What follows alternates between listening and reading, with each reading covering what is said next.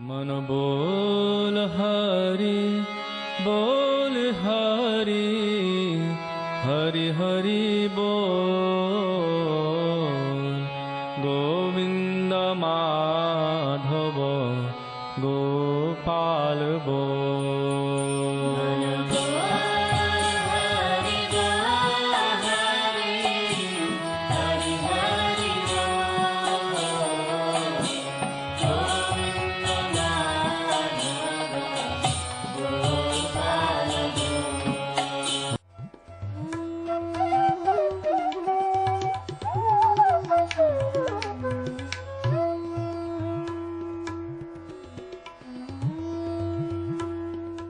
ओम विष्णुपाद अष्टोत्तर शत श्री श्रीमद् भक्ति वेदांत नारायण गोस्वामी महाराज जी का शुभ आविर्भाव सन 1921 में बिहार के बक्सर जिले में मौनी अमावस्या के दिन अर्धरात्रि में हुआ था। प्रारंभ से ही इनकी धर्म में रुचि थी। बचपन में ही उन्होंने गीता, रामायण आदि का अध्ययन किया था। संसार से अत्यंत तीव्र वैराग्य होने के कारण 25 वर्ष की आयु में ही वे गृहस्थ जीवन त्याग कर मठ में निवास करने लगे। सन 1946 में उन्होंने नित्य लीला प्रविष्ट ओम विष्णुपाद श्री श्रीमद् भक्ति प्रज्ञान केशव गोस्वामी महाराज जी से विधिवत दीक्षा प्राप्त की तथा सन 1954 में संन्यास ग्रहण किया। मथुरा में निवास करते हुए अपने गुरु की आज्ञा तथा कृपा से अनेक ग्रंथों का हिंदी भाषा में अनुवाद किया है। इनके प्रमुख ग्रंथ हैं श्रीमद् भगवद गीता, गीत गोविंद, जैव धर्म, वेणु गीत, भजन रहस्य, ब्रजमंडल परिक्रमा, श्री श्री वृहद भागवतामृतम।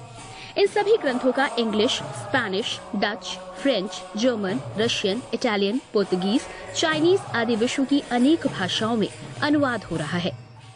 लगभग पिछले 60 वर्षों से श्रील भक्ति वेदांत नारायण गोस्वामी जी महाराज ने भारत एवं विश्व के सभी प्रमुख देशों में शुद्ध भक्ति का प्रचार किया, अर्थात भक्ति योग की शिक्षा प्रदान की। श्रील गुरुदेव के भक्ति प्रचार कार्य से प्रोत्साहित होकर अमेरिका के ह्यूस्टन के मेयर द्वारा श्रीमान लीपी ब्राउन ने 31 मई सन 2003 को इन्हें ऑर्डिनरी सिटीजनशिप एवं गुडविल एम्बेसडर के सम्मान से विभूषित किया। सन 2003 में ध्वजाचार्य पीठ तथा विश्व धर्म संसद ने श्रील गुरुदेव को कृष्ण भक्ति, विश्व भर में सनातन धर्म के प्रचार प्रसार तथा ब्रजमंडल के संरक्षण एवं पुनरुद्धार हेतु अनेक अथक प्रयासों के लिए योगाचार्य की उपाधि से सम्मानित किया। इस प्रकार संपूर्ण विश्व में प्रेम धर्म का प्रचार प्रसार करते हुए श्रील भक्ति वेदांत नारायण गोस्वामी जी महाराज ने 29 दिसंबर 2010 को श्री जगन्नाथपुरी में अपनी भौम लीला को संवरण किया। वे अपनी दिव्य शिक्षाओं में और अपने निष्कपट आश्रित जनों के हृदय में सर्वदा विराजमान हैं। सबसे पहले मैं अपने गुरुदेव नित्य लीला प्रविष्ट ओम विष्णुपाद अष्टोत्तर शत परिव्राजिकाचार्य श्री श्रीमद् भक्ति वेदांत नारायण गोस्वामी महाराज जी के चरणों में प्रणाम करता हूँ। नित्य लीला प्रविष्ट ओम विष्णुपाद अष्टोत्तर शत परिव्राजिकाचार्य श्री श्रीमद् भक्ति वेदांत स्वामी श्रील प्रभुपाद के चरणों में प्रणाम करता हूँ। अपने परम गुरुदेव नित्य लीला प्रविष्ट ओम विष्णुपाद अष्टोत्तर शत परिव्राजिकाचार्य श्री श्रीमद् भक्ति प्रज्ञान केशव गोस्वामी महाराज जी के चरणों में प्रणाम करता हूँ। आप सब भक्तों का, श्रोताओं का और दर्शकों का इस कार्यक्रम में स्वागत है। कुछ समय हमने चर्चा किया इस ग्रंथ मन शिक्षा पे, उसके पहले श्लोक पे। आज हम दूसरे श्लोक पे आ रहे हैं। ये मन शिक्षा एक छोटा सा ग्रंथ, इसमें 12 शिक्षाएं मन को दी गई हैं जो रघुनाथ दास गोस्वामी ने दी। हमारे 6 गोस्वामी वृंदावन के जो चैतन्य महाप्रभु ने जिनको भेजा, उन्होंने प्रचार किया और अपार शास्त्रों के आधार पर उन्होंने जो अपनी भक्ति से निकले हुए जितने भी उनकी भक्ति के जो रस थे, उन्होंने इन पुस्तकों में बांट के दिए। जो व्यक्ति अपने सदगुरुओं के अनुगत्य में इनका जो अनुशीलन करता है, उनको सुनता है, समझता है, उसको भक्ति निश्चित आएगी। तो आइए हम इस श्लोक में, दूसरे श्लोक में मन शिक्षा के जो मन को शिक्षाएं दे रहे हैं हमारे रघुनाथ दास गोस्वामी, उनके चरणों में प्रणाम करते हुए हम इस श्लोक को पढ़ेंगे, उच्चारण करते हैं और रघुनाथ दास गोस्वामी के चरणों में पढ़ते हुए अपने गुरु के चरणों में पूज्यपाद भक्ति वेदांत नारायण गोस्वामी महाराज जी के चरणों में पढ़ते हुए हम उस श्लोक में प्रवेश करते हैं। न धर्मम न अधर्मम श्रुतिगण निरुक्तम किल कुरु ब्रजे राधा कृष्ण प्रचुर परिचर्य मीतनु सचिष्णु नंदीश्वर पति सुतत्वे गुरुवरम मुकुंद प्रेष्ठत्वे स्मर परम जसरम ननुमना। ननुमना मतलब मेरे प्यारे मन, अब तू क्या कर। मुकुंद प्रेष्ठे, मुकुंद मतलब कृष्ण के, प्रेष्ठ मतलब प्यारे, मुकुंद के प्यारे गुरु, गुरुवरम जो हमारे गुरु परंपरा जिन्होंने हमें इस शुद्ध ज्ञान, इस भक्ति के मार्ग में लगाया, उनके चरणों में मेरे प्यारे मन तू शरणागति ले ले। शुरू कैसे हुआ, अब तू छोड़ दे मेरे प्यारे मन धर्म अधर्मम, धर्म या अधार्मिक बातें, इन सब बातों को जो श्रुतियों में, श्रुतिगण, श्रुतिगण मतलब जो वेदों में, पुराण में, उपनिषदों में ये सब जो लिखा है इनको छोड़ दे, इनको छोड़ दे। शास्त्रों की बातों को कैसे छोड़ दे। रघुनाथ दास गोस्वामी का मतलब ये नहीं है, इस बात को समझेंगे। पहले तो कह रहे हैं ना मतलब मत कर, ये धर्म की बातें या अधर्म की बातें ये सब छोड़ दे जो शास्त्रों में कही गई हैं। श्रुतिगण में कही, गण मतलब श्रुतियों का, वेद शास्त्र पुराण उपनिषद इनमें कही है। तो क्या कर, किल कुरु, अब छोड़ दे। ब्रजे राधा कृष्ण प्रचुर परिचर्य मीतन, कहते हैं अब मेरे प्यारे मन सीधा तू, क्योंकि समय कम है, ब्रज के राधा कृष्ण प्रचुर, प्रचुर मतलब बहुत रूप से, परिचर्य उनकी सेवा करनी शुरू कर दे मेरे प्यारे मन, प्रचुर परिचर्य मीतनु। और क्या कर, ये समझते हुए कि वो ब्रज के राधा कृष्ण सचिष्णु, सची माता के पुत्र चैतन्य महाप्रभु, और ब्रज के कृष्ण राधा में कोई अंतर नहीं है। सचिष्णु नंदीश्वर पति सुतत्वे, वही नंद महाराज के पुत्र, वही चैतन्य महाप्रभु, और उनकी भजन शुरू कर दे। मुकुंद प्रेष्ठत्वे गुरुवरम, और गुरु की शरण ले जो मुकुंद के प्यारे हैं, कृष्ण के प्यारे हैं। मेरे प्यारे मन अब तू ये कर।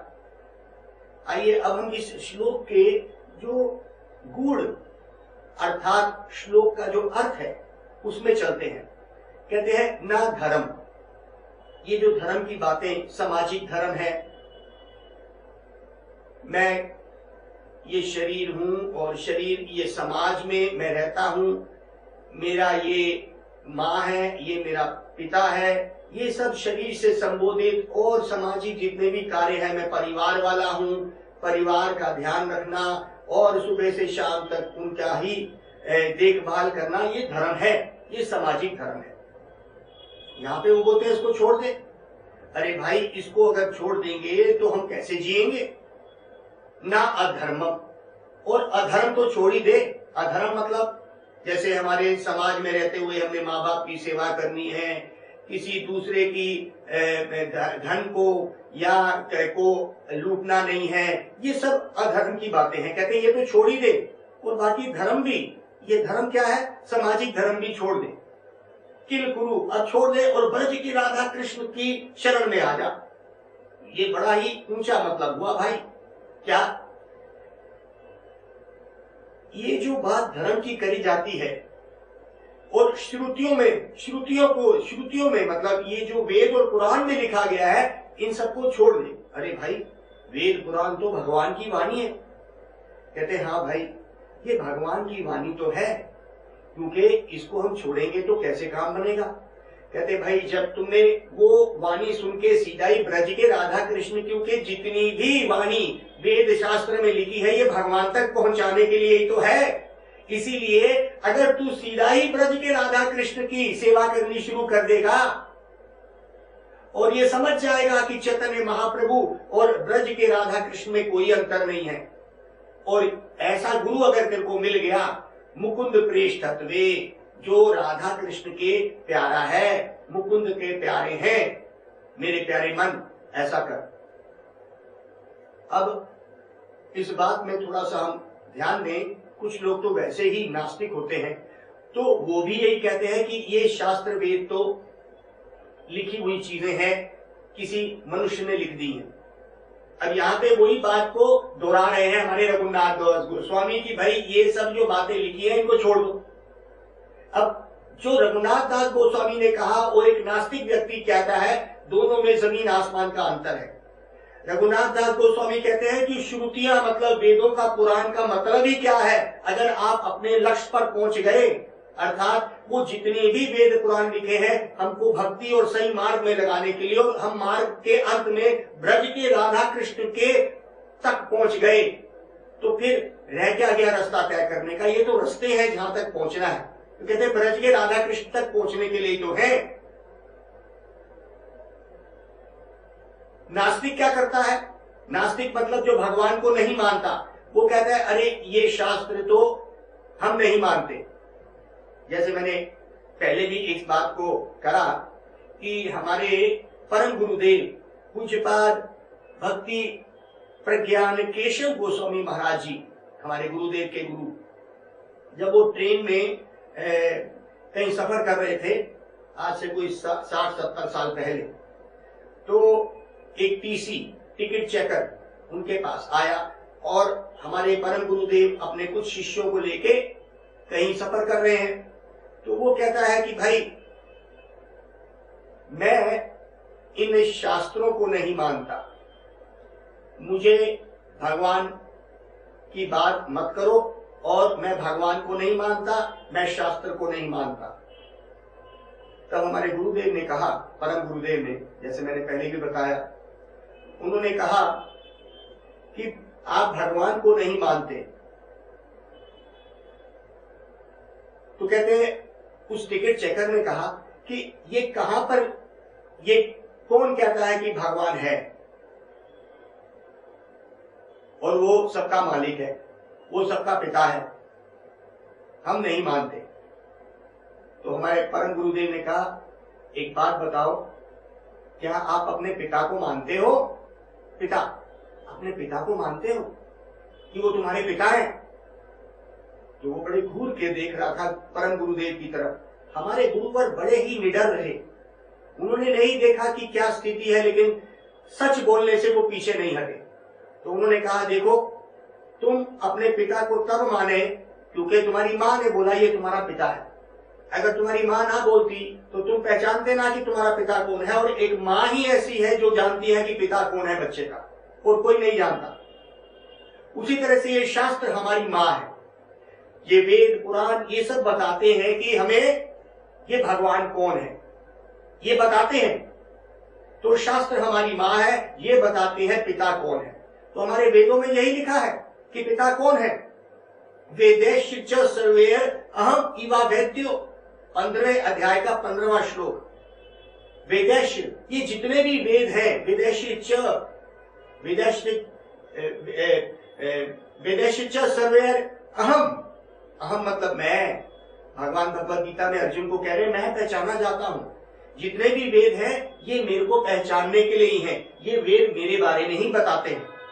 तो देखिए यहाँ पे अगर रघुनाथ दास गोस्वामी कह रहे जो श्रुतियों में बातें कही हैं धर्म और अधर्म की, मेरे प्यारे मन छोड़ दे, मतलब है कि जब अगर तुम श्रुतियां मतलब वेदों की बातों को, जो चरम सीमा है भगवान को पहचानना, कृष्ण को पहचानना, अगर वहां पहुंच गए, जब अगर वहां पहुंच गए तो फिर क्या रह गया। इसलिए कहते हैं भाई गाड़ी में बैठे और सड़क में चल रहे हैं और फिर राइट टर्न लिया, फिर लेफ्ट टर्न लिया, फिर सड़क में घूमते रहे। गाड़ी किस लिए ली थी भाई? अगर गाड़ी से लक्ष्य तक पहुंच गए तो फिर गाड़ी में बैठने का फायदा क्या हुआ? लक्ष्य पे पहुंच गए, जहां पे तुमने पहुंचना था वहां तक तुम पहुंच गए। इसलिए कहते हैं कि अरे भाई ये वेद और पुराण हमारा रास्ता बताते हैं, हमें बताते हैं कि उसका लक्ष्य क्या है। अगर हम पहुंच गए कि वो भगवान तक, इसलिए कहा ये धर्म और अधर्म जो भी वेदों में लिखा है, अब इसको छोड़। और अगर तू ब्रज के राधा कृष्ण तक पहुंच गया है, तू समझ गया है कि ब्रज के, वृंदावन के राधा और कृष्ण ही और उनकी सेवा ही सबसे ऊंचा है, अब बचाई क्या फिर तेरे लिए, ये मतलब है उनका। नास्तिक तो कहता है सब कुछ ही बेकार है, मैं ही भगवान हूं, ये संसार भोग के लिए है। लेकिन रघुनाथ दास गोस्वामी का ये कहना कि अब तू जब लक्ष्य तक पहुंच गया मेरे प्यारे मन, वो क्या लक्ष्य है कि अगर तेरे को समझ आ गई है ब्रज वृंदावन के कृष्ण ही परम भगवान है, तो अब तू वहां तक पहुंच गया है, तो ये धर्म अधर्म की जो बातें सामाजिक लिखी गई हैं या कही गई हैं वेदों में, अब क्या रह गया तेरे लिए। अब तो तू पहुंच गया, गाड़ी में बैठा था वहां तक पहुंचने के लिए, अब गाड़ी में बैठने का क्या फायदा, ये मतलब है। अब आइए हम ये समझे कि ये धर्म क्या होता है। एक व्यक्ति के मोटे तौर पे दो धर्म होते हैं। एक हो गया सामाजिक धर्म, उसको कहते हैं नैतिक धर्म, और एक हो गया आत्मा का धर्म, जिसको कहते हैं नित्य धर्म। जैसे हम समाज में रहते हैं, समाज में हमारी एक स्थिति है, जैसे वर्णाश्रम धर्म एक धर्म है, वर्ण और आश्रम जिससे समाज चलता है। आश्रम क्या है? ब्रह्मचारी आश्रम, गृहस्थ आश्रम, वानप्रस्थ आश्रम और संन्यास आश्रम, किसको कहते हैं? आश्रम। और वर्ण क्या है? ब्राह्मण, क्षत्रिय, वैश्य और शूद्र, ये चार वर्ण हो गए। भाई मेरे इस बात को समझो, हम किसी जात पात की बात नहीं कर रहे, ये बहुत वैज्ञानिक बात है।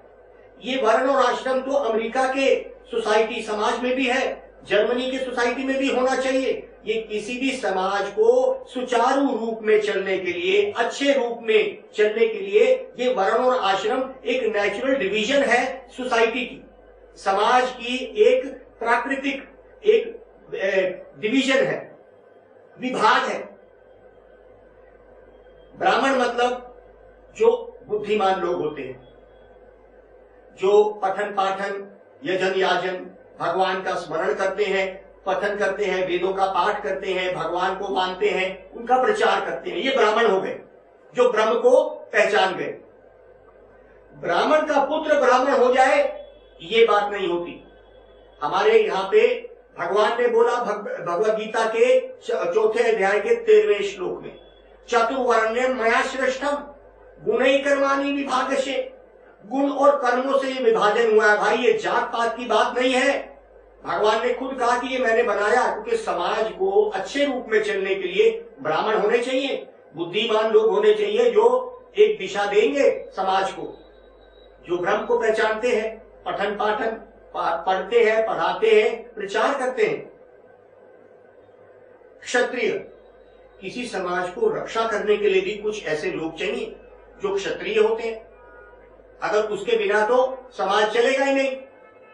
फिर कहते हैं तीसरे प्रकार के होते हैं वैश्य या कायस्थ, जिसको कह सकते हैं बिजनेस क्लास, जो बिजनेस करते हैं, जो व्यापार करते हैं। जैसे व्यापार हो गया, जैसे खेती करते हैं, अनाज बोते हैं, दूध रखते हैं, दूध को बेचते हैं, या इस तरह का जो व्यापार हो गया। अगर ये व्यापार नहीं होगा तो समाज जिंदा कैसे रहेगा। उसी तरह से चौथे होते हैं शूद्र। शूद्र का मतलब है कि जो इन तीनों ऊपर के वर्णों को सहायता करते हैं, तब समाज अच्छी तरह चलता है। ये एक गाड़ी के चार पहिए, ये नहीं है, हम जात पात की बात नहीं कर रहे कि भाई ब्राह्मण का लड़का ब्राह्मण ही होगा, शूद्र का लड़का शूद्र ही होगा, ये गलत है। अगर ब्राह्मण के लड़के में उसके अगर गुण शूद्र वाले हैं तो उसको शूद्र माना गया है, क्योंकि उसके गुण और कर्मों से विभागशे, भगवान ने बोला गुणै कर्माणि विभागशे, ये विभाजन जो हो रहा है, विभाग जो हो रहे हैं, ये उसके गुण से। अगर शूद्र भगवान का भजन कर रहा है तो वो ब्राह्मण माना गया। अगर वो शूद्र शास्त्र का अध्ययन करके अपने जीवन को उस मार्ग में लगा दिया, वो ब्राह्मण है। इस बात को बड़ा ध्यान से, तो जात पात की बात, एक दूसरे को नीचा देखने की बात यहाँ पे बिल्कुल गलत है। तो यहाँ पे एक धर्म की बात हमने करी जिसको कहते हैं सामाजिक धर्म। फिर आ जाओ ब्रह्मचार्य आश्रम, गृहस्थ आश्रम, वानप्रस्थ आश्रम और संन्यास आश्रम। पहले 25 साल ब्रह्मचार्य आश्रम के लिए, जहाँ पे गुरु के अनुगत्य में, उन्हीं के गुरु के घर में शास्त्र का अध्ययन करते हैं, ब्रह्मचारी का पालन करते हुए और किसी प्रकार का भी भोग नहीं करते ब्रह्मचारी। जब वो अच्छे ब्रह्मचारी बनते हैं तभी तो वो अच्छे गृहस्थ में जा सकते हैं। लेकिन आजकल ऐसी स्थिति है कि अच्छे ब्रह्मचारी कहाँ रहे, किसने ब्रह्मचार्य का पालन किया, तो अच्छे गृहस्थ में भी नहीं जा सकते। इसीलिए तो आज हम देखते हैं कि हर दूसरा गृहस्थ डाइवोर्स जिसको कहते हैं उसकी तरफ बढ़ रहा है। ये क्यों हो रहा है? आप जाइए कोर्ट में, भरे पड़े हैं केस के ऊपर केस। ये इसलिए हो रहा है क्योंकि हमने इस वर्ण आश्रम को अच्छी तरह पालन नहीं किया। और अगर आज कहीं ये वर्ण आश्रम का कहीं पालन नहीं भी अगर हो भी रहा है तो उसको बड़े विकृत, डिटियोरेटेड, गलत तरीके से देखा गया है, जहाँ पे एक लोग दूसरे जाति के लोगों को नीचा देखते हैं। ये बिल्कुल गलत है, क्योंकि एक जाति के लोग दूसरी जाति के साथ साथ मिलकर अपने गुणों के साथ समाज को आगे बढ़ाएंगे, ये मतलब है। तो ये हो गया सामाजिक धर्म। तो यहाँ पे रघुनाथ दास गोस्वामी इसको में कहते हैं ये बात ठीक है कि सामाजिक धर्म होता है, लेकिन जो व्यक्ति पूर्ण रूप से राधा कृष्ण के भजन तक पहुंच गया तो उसको ये करने की जरूरत नहीं है। ये मतलब है यहाँ पे ना अधर्मम। अब जहाँ पे दो धर्म के लिए बारे में बोला था मैंने, एक हो गया वर्णाश्रम धर्म जिसको कहते हैं सामाजिक, जो समाज को सुचारू अच्छे रूप में चलने के लिए एक व्यक्ति को उसको करना है। और दूसरा हो गया नित्य धर्म। नित्य धर्म क्या होता है? जो आत्मा का धर्म है। आत्मा का क्या धर्म है? आत्मा भगवान का अंश है और वो भगवान के बिना जब भगवान को भूल जाते हैं तो इस संसार में दुखी हो जाते हैं, क्योंकि भगवान आत्मा नित्य दास है भगवान की। इस बात को भूल के जब एक व्यक्ति इस संसार में भोग विलास में पड़ता है वो दुखी हो जाता है। मान लीजिए मैं एक उदाहरण देता हूं। एक लड़की है, वो अविवाहित है, अपने माता पिता के घर में रहती है, वो भगवान का भजन भी करती है, ठीक है, और वो माँ बाप के घर रह रही है। उसका धर्म क्या है? माँ बाप की बात मानना, माँ बाप जैसे कहेंगे वो करना, समय पे स्कूल जाना, समय पे पढ़ाई करना, आके घर में काम अगर माँ कहे तो करना, ये उसका धर्म है। और मान लीजिए वो भगवान की भक्त भी है तो भगवान को भोग लगाती है, भगवान का भजन करती है, कीर्तन करती है। अब उसका विवाह हो जाता है, तो बताइए उसका धर्म बदल गया? हाँ, एक धर्म बदल जाता है। अब जब वो विवाह होके अपने पति के घर, अपने सास ससुर के घर आती है तो उसका पहला धर्म क्या है? सास ससुर की बात मानना, अपने पति की बात मानना, क्योंकि अब वो धर्म बदल गया, अब वो पत्नी बन गई। पहले वो क्या थी? माँ बाप की पुत्री थी। तो अब ये धर्म बदल गया। लेकिन अगर वो भजन कर रही थी पहले भी, तो वैसा ही भजन जो आत्मा की एक वृत्ति है तो वो पहले भी कर रही थी और अब भी कर सकती है। वो अपने पति के घर में भी वैसा ही कर सकती है। तो ये जो आत्मा का धर्म जिसको नित्य धर्म कहते हैं वो कभी नहीं बदलता।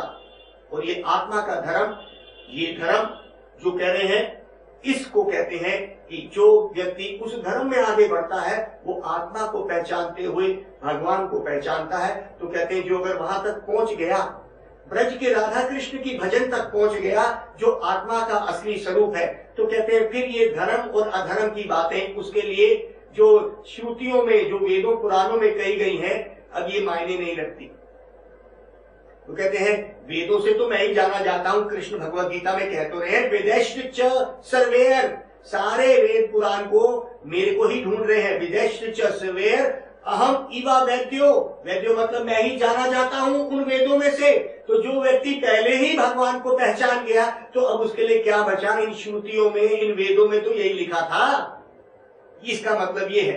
तो रघुनाथ दास गोस्वामी कहते हैं कि भाई ये नहीं कि वेदों को वो निकार रहे हैं या वो रिजेक्ट कर रहे हैं, डिस्कार्ड कर रहे हैं, ये नहीं है। वो ये कह रहे हैं कि हे मेरे प्यारे मन, अब तू सीधा ही जब भगवान के भजन तक पहुंच गया, ब्रज के राधा कृष्ण की सेवा प्रचुर बहुत रूप से तू कर रहा है या कर ले, तो तब तेरे को ये धर्म और अधर्म की बातें जो है देखने की ज्यादा जरूरत नहीं है। इसका ये मतलब है।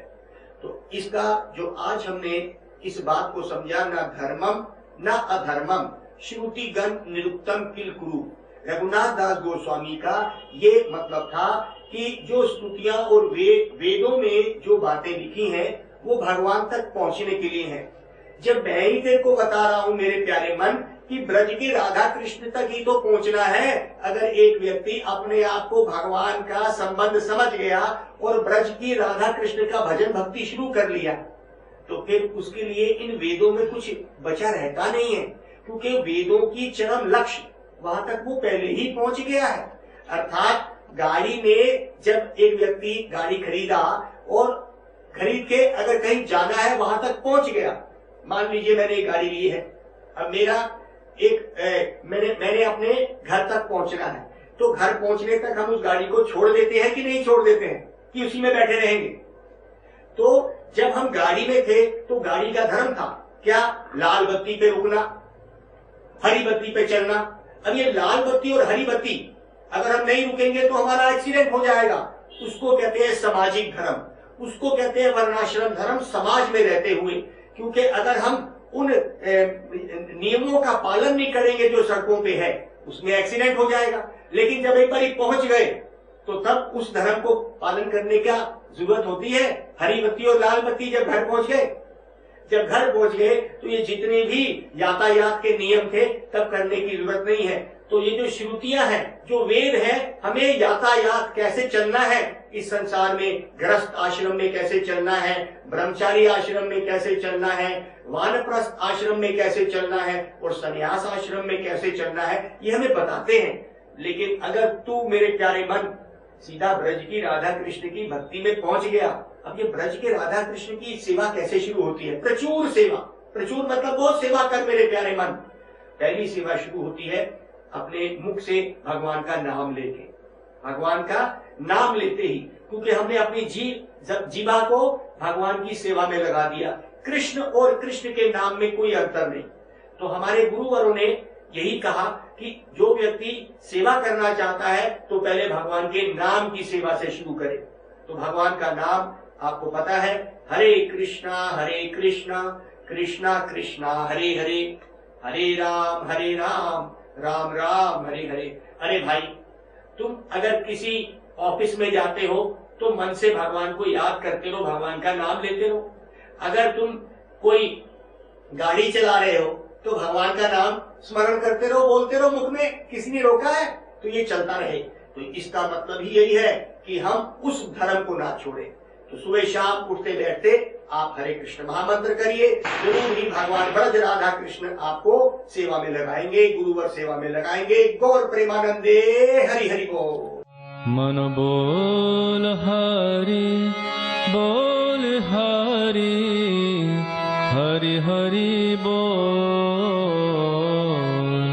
गोविंद माधव गोपाल बोल।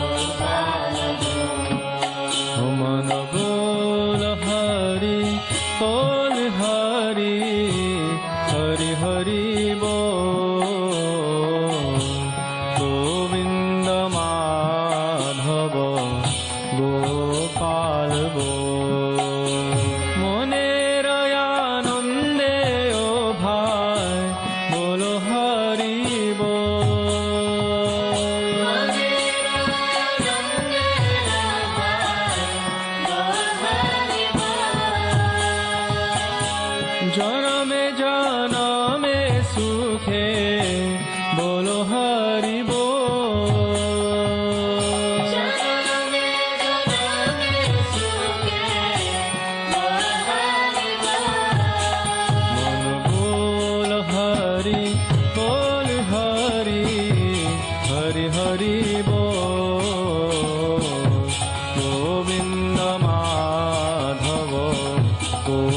माधव